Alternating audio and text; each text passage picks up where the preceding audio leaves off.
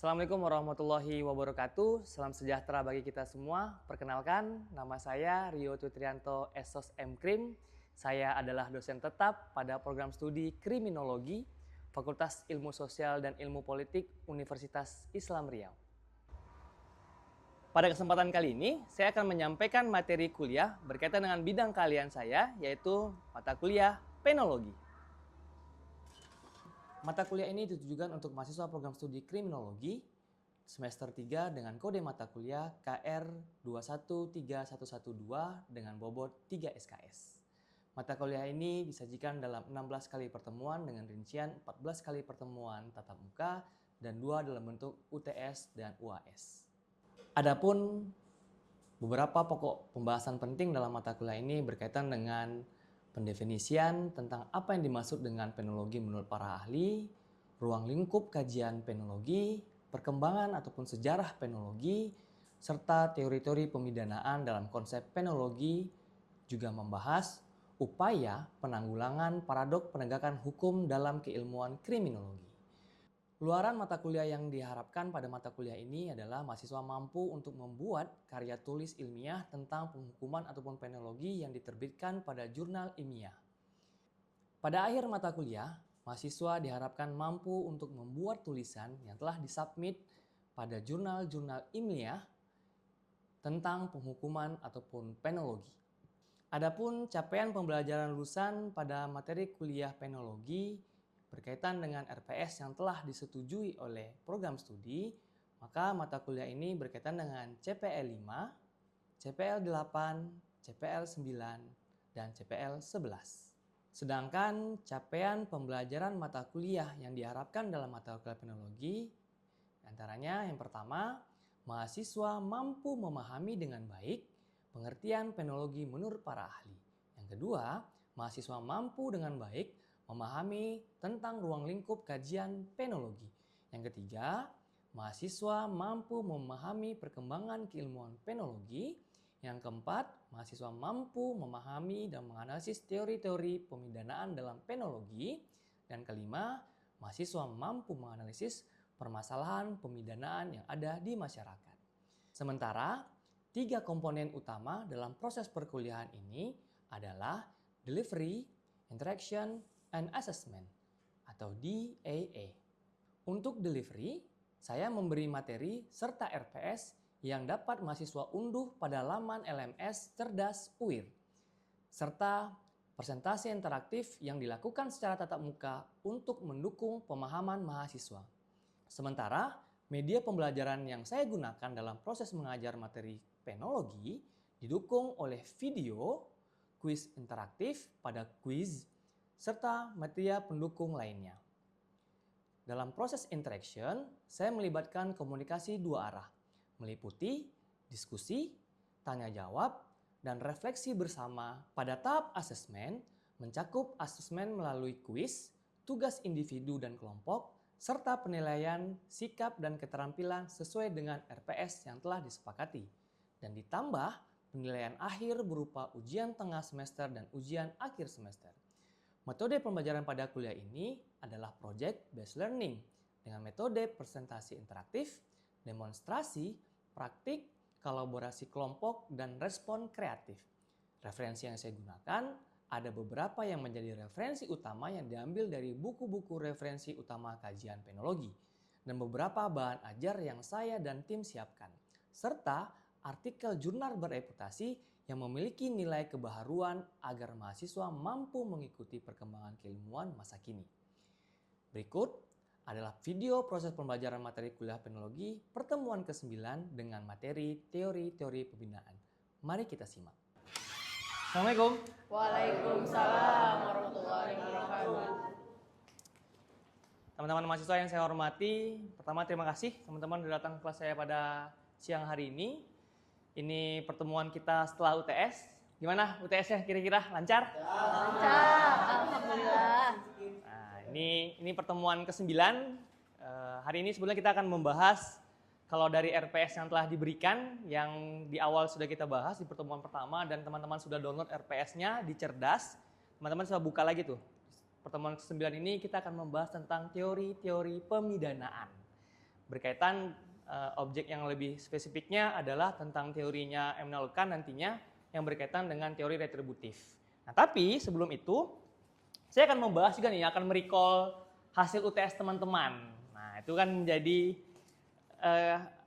kalau saya bilang menjadi evaluasi bagi teman-teman hingga nanti dari tengah semester sampai dengan akhir tahu nih kira-kira kalau dapat nilai A mana nih yang kurang, mana yang bisa ditambah, mana yang harus dipertahankan. Tapi sebelum itu kita absen dulu teman-teman semua di pertemuan kali ini, pertemuan ke-9.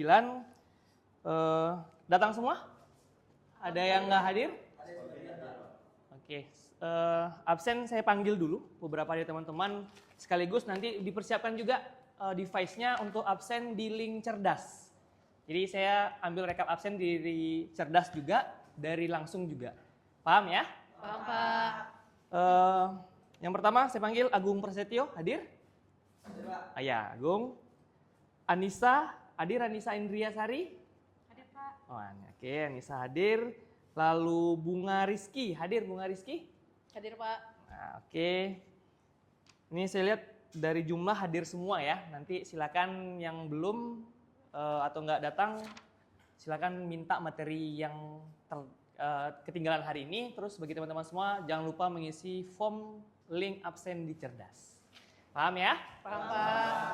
Baik, saya akan sedikit mengevaluasi hasil dari UTS-nya teman-teman nih. Dari beberapa yang sudah dinilai, yang sudah saya koreksi.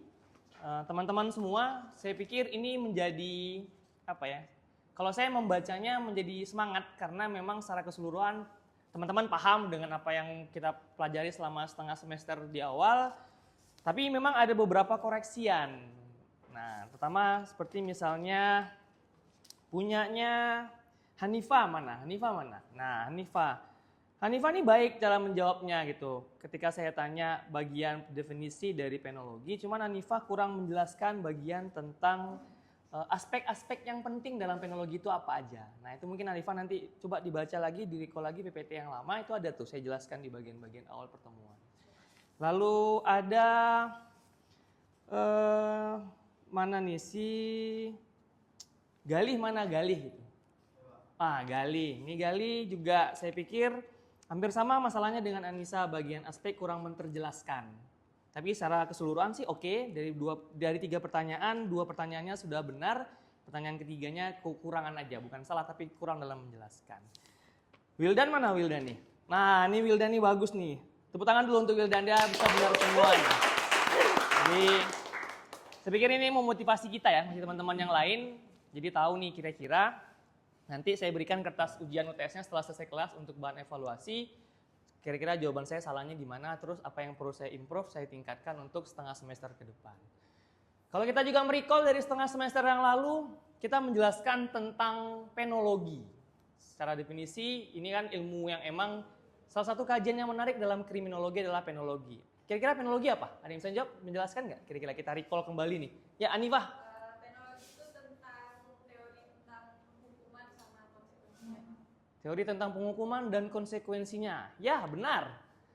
Kalau dalam penologi kita menjelaskan ada 2 aspek penting. Ada 2 aspek penting dalam pengajaran penologi. Kira-kira apa? Ada yang bisa jawab? Yang pertama, nomor satunya apa? Ayo, ada yang bisa? Ada 2 aspek dalam penologi. Yang pertama apa kira-kira? Wildan mungkin? Yang pertama apa Wildan? Yang saya tahu Ya. itu aspek jeraan, Pak. Aspek jeraan. Jeraan itu kira-kira apa Wildan? Jeraan itu? Saya ketahui jeraan itu yaitu untuk orang yang pernah terhukum dan akan takut untuk melakukan kejahatan yang Oh, jeraan adalah kalau ada orang yang dihukum, maka dia takut untuk mengulangi perbuatannya lagi ya, karena sudah jera nih. Aspek yang pertamanya apa? Penggentar, Pak. Oh, ya Rani apa? Penggentar. Penggentar. Penggentar itu apa kira-kira Rani penjabarannya? Orang yang belum pernah melakukan kejahatan Oke. supaya dia takut untuk melakukan itu. Orang yang sebelum atau belum pernah melakukan kejahatan, dia tahu ada penghukuman, dia takut untuk melakukan atau ya takut dihukum lah bahasa sederhananya itu. Ya benar, 2 aspek itu penting. Jadi kalau melihat suatu penghukuman itu efektif atau tidak dalam 2 aspek itu aja. Yang pertama lihat apakah aspek itu apakah hukuman itu atau penghukuman itu memiliki aspek penggentar Sehingga orang-orang takut nih. Contohnya gimana? Seandainya saya di dalam kelas ini saya bilang, siapa yang buang sampah di kelas, saya denda Rp100 gitu. Ringan kan? Jadi orang biasa nih Rani buang sampah aja Rp100. Nih Pak 1.000, saya udah buang 10 gitu. Bisa aja kan? Tapi kalau saya bilang, siapa yang buang sampah di kelas ini, saya denda Rp100.000. Saya pikir orang akan berpikir, kalau saya buang sampah, yang ada nggak makan nih seminggu. Ya kan bisa kayak gitu kan akhirnya gitu. Atau tiba-tiba Rani nggak sengaja numpain atau jatuhin kertas jadinya sampah, terus Rani dihukum gitu. Besok saya harus hati-hati lagi nih, saya nggak akan mau buang sampah sembarangan atau menjatuhkan sampah yang membuat uang makan saya seminggu ke depan itu dipotong hanya untuk bayar konsekuensi dari yang saya sudah lakukan.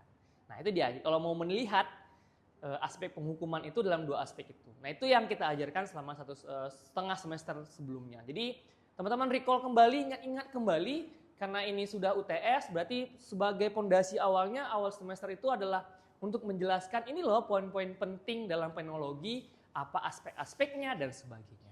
Nah, di semester yang ini, setengah semester ke depan, kita akan membahas teori-teori dalam penologi. Ini banyak sekali sebetulnya. Ada penghukuman yang dijelaskan sebagai sarana pembalasan. Ini yang akan kita bahas hari ini. Terus ada juga penghukuman yang hanya dijelaskan sebagai apa? Sebagai sarana untuk ganti rugi atau menghukum orang sebagai sarana apa? Untuk memberikan pelajaran pada orang tersebut sehingga orang itu jadi lebih baik. Jadi banyak sekali aspek penghukuman atau dalam penologi. Nah hari ini spesial kita akan membahas tentang pemikirannya Immanuel Kant tentang retributive punishment theory.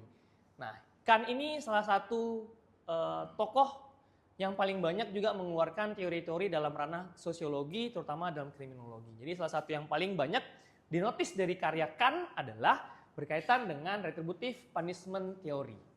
Kira-kira kalau retributif itu ada yang ngerti nggak? Retributif itu kira-kira apa? Kalau punishment jelas itu penghukuman, teori ya teori. Retributif itu kira-kira apa? Ada yang paham nggak? Ada yang sudah memahami belum? Kalau jadi kan di awal kita membahas tentang pemidanaan dengan aspek balas dendam. Ya kan? Nah, retributif itu sederhananya adalah membalas. Jadi menghukum orang itu untuk ya sekedar sarana balas dendam aja. Kita nggak akan memikirkan untuk apakah dia akan berubah, apakah dia akan jera dengan penghukuman dan sebagainya. Nah, ini yang akan kita bahas dalam pertemuan kali ini. Ada 4 aspek utama, ada pengertian, terus kita membahas tentang prinsip dalam teori retributif, kita akan membahas analisa kasusnya, kita akan membahas tentang simpulan di akhir dalam materi hari ini. Secara pengajaran, retributif itu sebetulnya adalah, saya bilang adalah sarana untuk balas dendam. Jadi menghukum itu untuk balas dendam doang, untuk membalas apa yang sudah dilakukan. Makanya dibilang, Kant itu dalam pemandangan retributif bilang bahwa hukuman seharusnya dianggap bukan sebagai sarana untuk meraih keuntungan. Jadi menghukum orang itu bukan dapat kita imbalan lebih. Saya hilang motor gitu, contoh gitu kan, saya hilang motor, terus saya malingnya atau pencurinya dapat, terus saya bilang saya mau minta ganti rugi dong gitu, ganti ruginya apa? Pajero gitu. Itu kan nggak mungkin. Gitu. Karena menghukum orang tersebut untuk sarana ganti rugi doang, bukan untuk menghukum memberikan keuntungan. Nah, itu yang dipikir. Jadi harus setimpal dengan apa yang dilakukan. Makanya dalam konsep kan, secara sederhana, teman-teman akan melihat bahwa menghukum itu sesuai dengan apa yang dilakukan. Kalau seandainya orang lain itu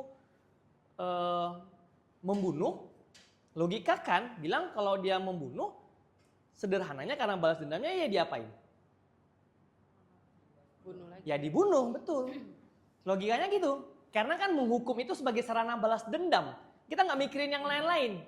Kita cuma mikir dia melakukan kesalahan, maka dia menerima konsekuensi sama dengan kesalahan yang dia lakukan. Jadi Kant bilang bahwa tidak ada balasan yang setimpal bagi seorang pembunuh, bahwa ia harus dihadapkan dengan hukuman mati atau juga harus dibunuh. Itu sederhana banget. Kalau ada orang ngambil uang 50.000, maka uang 50.000 dia diambil juga. Itu jadi imbang. Tapi kalau seandainya ada orang ngambil uang 50.000 terus diminta ganti ruginya 100.000, itu nggak imbang.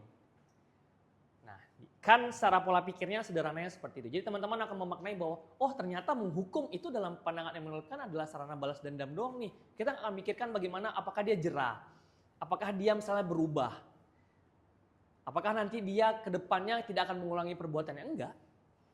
Dia hanya membuat dalam tataran yang sebaiknya seperti itu. Gitu. Atau bagaimana keadaan normalnya, kita kembalikan ke dalam keadaan normalnya. Itu yang dipandang dalam pandangan Immanuel Kant. kan memandang hukuman sebagai balasan tidaklah bertentangan dengan imperatif kategoris. Dalam artian ini kan tidak akan memandang bahwa menghukum orang itu haruslah sebagai hal yang menyenangkan atau hal yang membuat dirinya itu merasa puas gitu. Enggak itu harusnya. Oleh karena itu, hukuman mati menurutkan itu benar-benar merupakan tindakan yang bermoral selama apa? Selama memang yang dilakukannya itu sama konsekuensinya gitu. Kita nggak memikirkan hal yang lain gitu. Oh, emangnya kan ada orang berpandangan bahwa emangnya kita adalah Tuhan yang bisa mengambil nyawa orang lain? Kan enggak gitu. Kalau kan bilang, oh enggak, kita nggak mikirin itu. Kita nggak mikirin moralnya. Lebih tidak bermoral ketika kita tidak menghukum orang yang telah melakukan pelanggaran. Bermoral kita membunuh karena dia telah membunuh. Nah itu. Kalau kita hadapan sekarang kan nggak bisa kayak gitu kan. Kita nggak bisa menuntut kalau ada keluarga kita dibunuh, bunuh nih si Ut. Nggak bisa kayak gitu dong. Kita punya aturan yang berlaku. Nah itu yang menjadi perdebatan lah, sengit dalam pendefinisian ataupun penjelasan mengenai pemikiran Kant ini. Ini prinsipnya sebetulnya, bahwa retribution dan deterrent. Retribution itu terjadi setelah seorang melanggar hukum. Hukuman harus mencerminkan beratnya tindakan yang dilakukan atau kejahatan tersebut.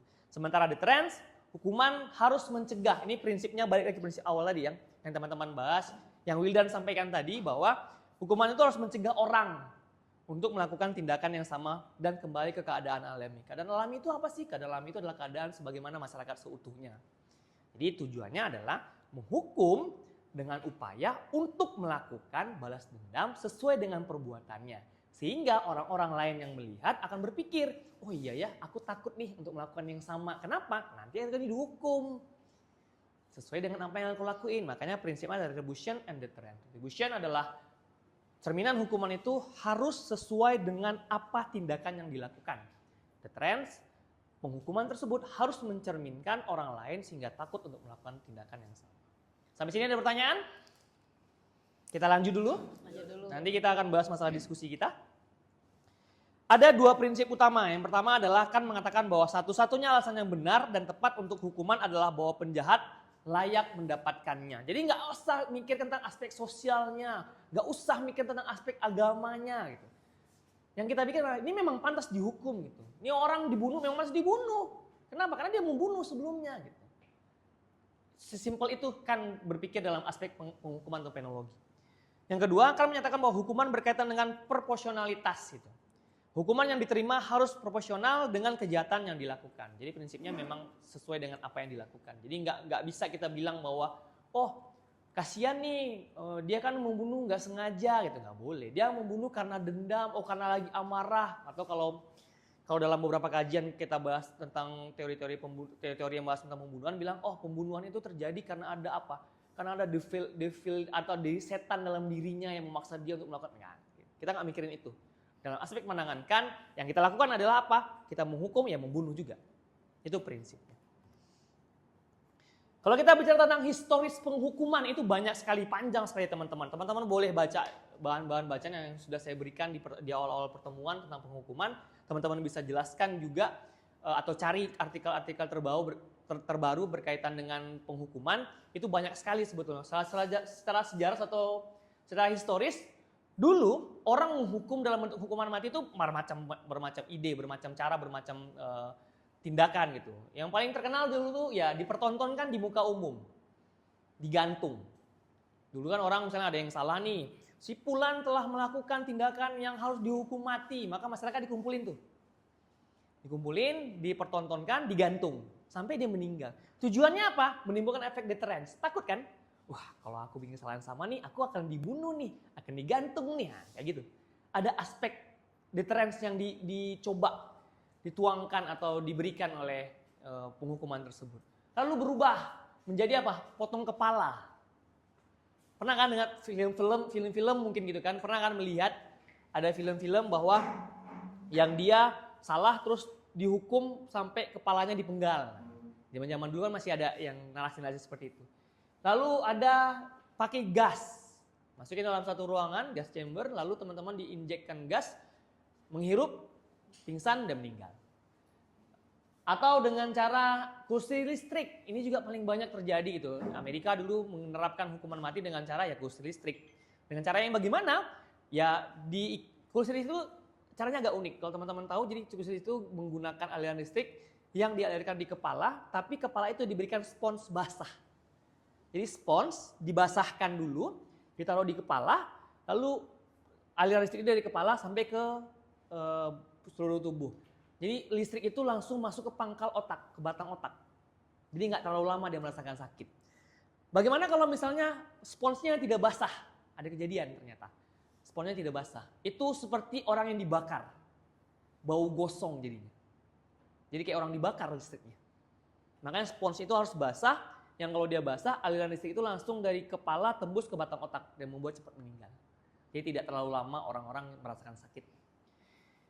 Lalu firing squad. Ini yang juga masih digunakan. Indonesia juga masih menggunakan. Hukuman tembak kan. Ada yang pernah tahu nggak? Pernah baca nggak tentang firing squad? Ada nggak kira-kira? Misalnya tahu nggak kira-kira dalam mekanisme firing squad atau hukuman tembak itu, hukuman mati dengan cara ditembak itu, algojo lah kita bilang. Algojonya tahu nggak gimana prosesnya? Ya, ada yang bisa jawab? Surya? Agung Pak, Oh iya, Agung. Jadi dia ada 10 orang. Ya. Nanti kemudian dia hanya satu orang yang mempunyai peluru tajam itu Pak. Oh, oke. Sisanya peluru kosong untuk menembak si pelaku. Jadi si penembak juga nggak tahu mana senjata mereka berisi atau tidak. Dari Oke. yang beberapa saya tahu Pak. Oke, ya benar sekali. Jadi itu untuk menghindari aspek psikologis si penembak itu biar tidak terbebani dia. Jadi kayak dibilang tadi oleh Agung, ada 10 orang penembak. 10 orang penembak itu dia berusaha untuk menembak sasaran atau target, tapi dia nggak tahu nih apakah peluru dia itu peluru kosong atau peluru tajam tadi bahasanya. Jadi setelah selesai ya udah dia akan mikir, oh itu paling si A itu, si B itu yang nembak, atau itu mungkin saya juga gitu. Jadi itu menghilangkan aspek psikologis dari si eksekutor atau algojo sehingga dia tidak terlalu terbebani dengan apa yang dilakukan. Ya benar sekali. 10 poin untuk Agung. Tepuk tangan dulu untuk Agung. Yang terakhir ada lethal injection atau nih suntik mati. Ya juga mesti sebetulnya agak debatable sih. Lethal injection itu di beberapa jurnal, tulisan, artikel juga mengatakan bahwa ada juga yang misalnya ikatan dokternya itu nggak setuju dengan cara menyuntik mati tersangka gitu. Atau saya kayak yang terakhir ada pembahasan masalah ini kan kebiri yang dilakukan kepada misalnya pelaku kekerasan seksual gitu kan. Dikebiri saja gitu misalnya. Tapi kan dokter bilang oh nggak bisa, kita kan tindakan kita menyembuhkan bukan membuat orang. Nah itu kan menjadi debatable apakah boleh atau tidak. Sebetulnya dalam aspek penghukuman mati ini pun jadi debatable sih. Kita masuk ke dalam analisa kasus nantinya. Apakah hukuman itu dibenarkan atau tidak? Seefektif apakah hukuman mati sehingga membuat kejahatan yang ada di suatu negara, suatu masyarakat itu berkurang. Nah itu menjadi PR kita juga. Kita masuk kepada pembahasan analisa. Saya ingin teman-teman berpikir tentang penghukuman mati. Oke? Semuanya berpikir tentang penghukuman mati. Kalau saya tanyakan, apakah dengan melakukan penghukuman mati, maka efektif untuk membuat masyarakat tidak melakukan pelanggaran? Oke, silakan kalau ada yang mau menyampaikan tanggapan. Yuk, silakan angkat tangan. Ada yang berani? Mau memberikan pandangannya yang menurut teman-teman hukuman mati kira-kira. Nah, Saya Pak, karena kalau kita memandang dari aspek dua tadi Pak, aspek jeraan dan juga supaya dia jerah lah pokoknya, saya setuju dengan hukuman mati karena apa? Mengambil contoh dari kasus pembunuhan yang terjadi di Sumbar beberapa waktu yang lewat, itu ada 2 orang gadis yang dibunuh oleh satu pria. Dan kasusnya ini baru ketahuan setahun kemudian Pak. Dan itu mayatnya dibuang ke dalam sumur, itu dipotong-potong. Jadi menurut saya kalau hukuman mati ini sangat cocok diterapkan kepada pelaku-pelaku yang seperti ini. Karena apa? Ini akan menimbulkan efek jerah dan juga masyarakat yang ingin ada pikiran ingin seperti itu, mereka akan tidak berpikir seperti itu Pak. Karena jerah terhadap hukuman yang diberikan, hukuman mati. Saya pribadi saya setuju Pak dengan hukuman mati. ya baik. Tapi tahu tidak dalam beberapa penelitian dan jurnal-jurnal terakhir yang berkaitan dengan penghukuman mati, ternyata secara narasi hukuman mati itu hanya menakutkan atau membuat pelaku kejahatan itu tiarap. Bahasanya itu tiarap. Jadi kalau lagi gencar-gencar hukuman mati itu angka kejahatannya turun landai gitu. Tapi kalau udah nggak ngomongin itu lagi, itu tinggi lagi angka kejahatannya. Jadi nggak 100% bisa menghentikan kejahatan. Karena belum ada riset sampai saat ini yang mengatakan bahwa hukuman mati itu mampu menekan angka kejahatan. Nggak ada. Contoh paling nyatanya apa? Narkotika. Indonesia narkotika itu hukuman mati loh. Tapi apakah narkotika angkanya turun dari tahun ke tahun? Enggak. Semakin banyak. Maka logikanya penghukuman mati sekalipun tidak mampu untuk menekan kejahatan seperti ini. Jadi apakah ini efektif? Ya kalau kita balikan nggak jadi efektif dong. Tapi ternyata di beberapa riset di beberapa negara efektif. Contohnya di Cina. Di Cina itu hukuman koruptornya hukuman mati. Angka koruptornya apa? Turun drastis. Kayaknya Indonesia perlu mencontoh nih Cina gitu. Ini juga kasus yang ada di Indonesia berkaitan dengan narkotika hampir banyak sekali sudah dihukum mati. Rata-rata sampai dengan beberapa tahun terakhir 96 orang divonis hukuman mati dalam kasus narkotika. Tapi angka narkotika turun di Indonesia nggak turun, malah makin banyak, makin luar biasa. Sama seperti pertemuan-pertemuan sebelumnya, satu pembahasan itu pasti ada kritik dan kekurangannya. Sama dengan teori pemidanaan atau dari kan ini, apakah punya kritik? Ada kritiknya juga. Beberapa orang mengatakan bahwa pemikiran kan itu melihat sesuatu itu hitam putih aja, dia memandang hal-hal lain gitu. Maka dalam pandangan itu, aparat penegak hukum dan para pembuat produk hukum bisa lebih memperhatikan aspek kemanusiaannya. Bisa jadi ada orang-orang yang salah dihukum, dia nggak buat, tapi dia dihukum mati. Lalu gimana cara merestitusinya kembali gitu? Gimana cara membuat? Kan nggak ada kalau dihukum mati mau gimana lagi gitu kan? Jadi kadang apakah pertanyaan orang-orang yang bertentangan dengan pandangan kan gini? Apakah hukuman mati yang diberikan emang benar-benar tepat sasaran? Jika tidak tepat sasaran, bagaimana dengan orang yang sudah dihukum? Nah, itu jadi PR penting dalam pandangan kan. Kalau cuma balas dendam doang, emang pada saat kita balas dendam tersebut, orang yang kita balas memang benar dia yang ngelakuin. Kalau masih abu-abu gimana? Itu jadi berat. Dalam pemikiran kan dapat dikembangkan lebih jauh dalam bidang ilmuwan agar bisa dilakukan suatu bentuk hukuman yang ideal. Jadi ya bolehlah kita pandang bahwa hukuman itu harus mencerminkan apa perbuatannya. Kita sepakat di situ. Cuman kadang memberikan hukumannya juga harus mencerminkan aspek apa yang bisa timbul, apakah benar atau tidak sesuai dengan apa yang dilakukan. Itu menjadi PR-nya. Oke, untuk diskusi kita cukup menarik, sangat menarik saya pikir teman-teman cukup paham dengan hal ini. Ada quiz sebelum kita nutup hari pada hari ini. Teman-teman silakan semuanya scan barcode seperti biasa. Ini karena pertemuan saya ingin merefresh saja, merefresh teman-teman sekalian untuk melihat atau membahas lebih jauh berkaitan dengan apa yang kita ajarkan pada hari ini. Oke, sudah semuanya? Kita akan mulai untuk quiz kita hari ini. Saya start. Silakan jawab pertanyaan yang akan tampil di device masing-masing. Kita akan lihat nanti nilainya, siapakah yang top 5-nya. Ada waktu yang sedang berjalan. Silakan teman-teman dijawab semuanya. Dipahami soalnya sebelum menjawab betul-betul paham dulu. Oke? Ya. Ya. Good. Ya, Ragil sudah benar 2. Ragil sudah benar 2. Memimpin saat ini Ragil. Ragil juga sudah benar 2. Ada 10 pertanyaan untuk teman-teman jawab. Ada terbatasan waktu dalam menjawabnya, 30 detik per soal. Amati soalnya dulu sebelum jawab benar.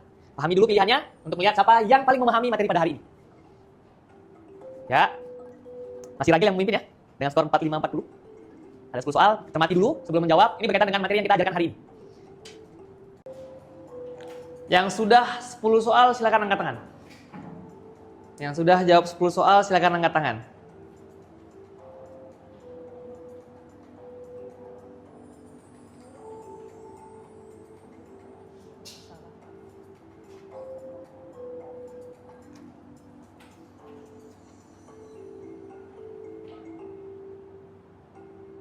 Ragil sudah menjawab semua? Sudah ya?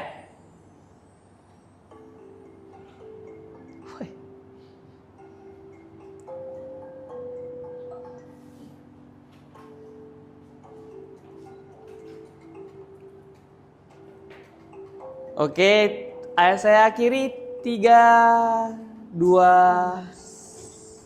1. Alah. Maka yang menjadi nomor 1 adalah Rani. Rani nomor 1, Ihsan dan Ragil menempati 3 besar dari kuis kita hari ini. Tepuk tangan untuk ketiga-tiganya dulu. Ini jawaban-jawabannya ya. Nanti teman-teman silakan koreksi lagi dari soal-soal yang saya berikan. Jawaban-jawaban benar dan salahnya. Rani nomor 1 dengan akurasi 8 benar dari 10 soal. Ini luar biasa. Padahal ada beberapa soal yang emang saya jebakan aja. Jadi bikin bingung jawabnya.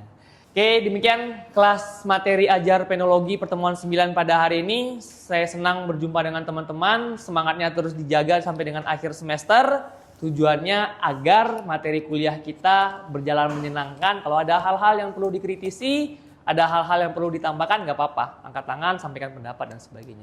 Itu menjadi pelajaran untuk kita semua, menjadi masukan kita semua agar kelas ini berjalan dengan baik sebagaimana yang kita harapkan. Demikian saya akhiri. Wabillahi taufiq wa hidayah. Assalamualaikum warahmatullahi wabarakatuh. Waalaikumsalam warahmatullahi wabarakatuh.